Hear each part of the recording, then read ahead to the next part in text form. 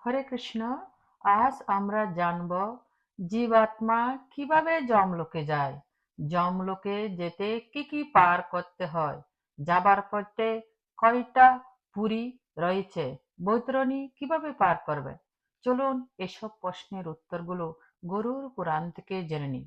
তার আগে আপনাদেরকে অনুরোধ করব, আপনি যদি আমার চ্যানেলে নতুন হন তাহলে অবশ্যই সাবস্ক্রাইব করবেন। যমলোকে যাওয়ার পথে সংখ্যায় 16টা পুরী পড়ে। 16টা পুরী বা 16টা জায়গা পার হয়ে যমলোকে যেতে হয়। 16টা পুরীর নাম হলো জাম্য, রুদ্র, নগেন্দ্র, গন্ধর্ব, বহাস্পদ, শৈলাগম, ক্রঞ্চ, পয়বস্যন, দুঃখদ, নানাক্রন্দ, সুতপ্ত, বিচিত্র, কুর, শৌরী, বহুবীতি, সীতাঢ্য। জীবাত্মা নিজ দুষ্কর্ম স্মরণ করতে করতে, হাহাকার করতে করতে, পুত্র পরিজনের নাম ধরে কান্না করতে করতে 18 দিনে জাম্যপুরীতে গিয়ে পৌঁছায়। জাম্যপুরে পুষ্পবদ্ধা নামে সুন্দর নদী রয়েছে। নাগ্রোত নামে বিশাল বড় গাছ রয়েছে। সুন্দর নদী ও গাছ দেখে জীবাত্মা একটু বিশ্রাম নিতে চায়, কিন্তু যমদূতগণ রাজি হয় না। জীবগণের পুত্র পরিজনেরা যে মাসিক পিণ্ড দান করে তাকে উদর পূর্ণ করে শরীরপুরের উদ্দেশ্যে রওনা হন। মৃত্যুর পর পিণ্ডদান খুবই জরুরি। পথে পথে পিণ্ড খেয়ে জীবাত্মা শরীরে বল পায় হাঁটার জন্য। পথে পথে নিজ কর্মের জন্য অনেক অনুতাপ করতে করতে শৌরিপুরে পৌঁছায়। সেখানে 45 দিনে যে পিণ্ড দান হয় সেটাকে নানা দুঃখে কান্না করতে করতে নগেন্দ্রপুরীতে পৌঁছায়।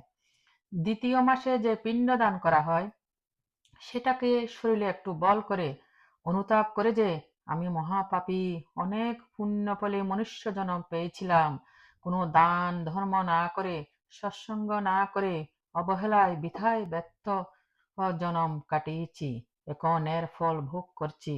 এইভাবে যমদূতের খড়গের আঘাতে অনেক ব্যথায় অনেক কান্না করতে করতে অনেক কষ্ট ভোগ করতে করতে 3 মাসে গিয়ে গন্ধর্ব নগরে গিয়ে পৌঁছায়। সেখানে গিয়ে 3 মাসে যে পিণ্ডদান করা হয় সেটাকে যমদূতের প্রহারে কান্না করতে করতে 4র্থ মাসে গিয়ে শৈলাগমপুরে পৌঁছায়। সেখানে সব সময় পাথর বৃষ্টি হয়।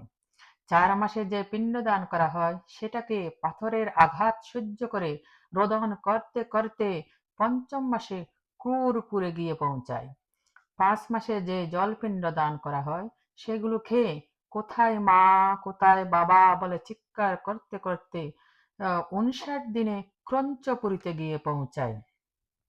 সেখানে গিয়ে জলপিণ্ডকে 1 ঘন্টা বিশ্রাম করে বিচিত্র নগরের উদ্দেশ্যে রওনা হয়। ক্ষত বিক্ষত শরীরে বিলাপ করতে করতে বিচিত্র নগরে পৌঁছায়। বিচিত্র নগরের রাজার নাম বিচিত্র। বিচিত্র রাজার ভয়ে জীবাত্মা তাড়াতাড়ি হাঁটে।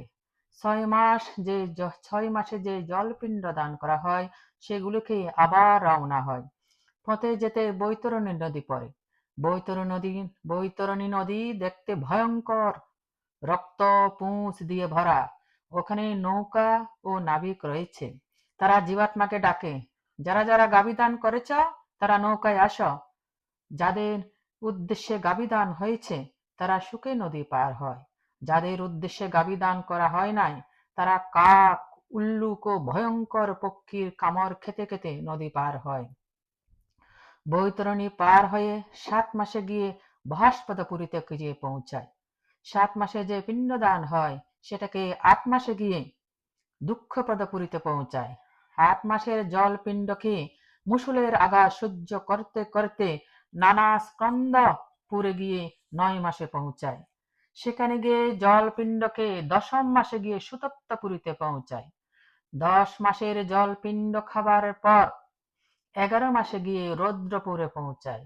রৌদ্রপুরে গিয়ে 11 মাসের জলপিণ্ডকে জীবাত্মা যমদূতের কুঠারের আঘাত সহ্য করতে করতে সীতাঢ্য নগরে গিয়ে পৌঁছায়।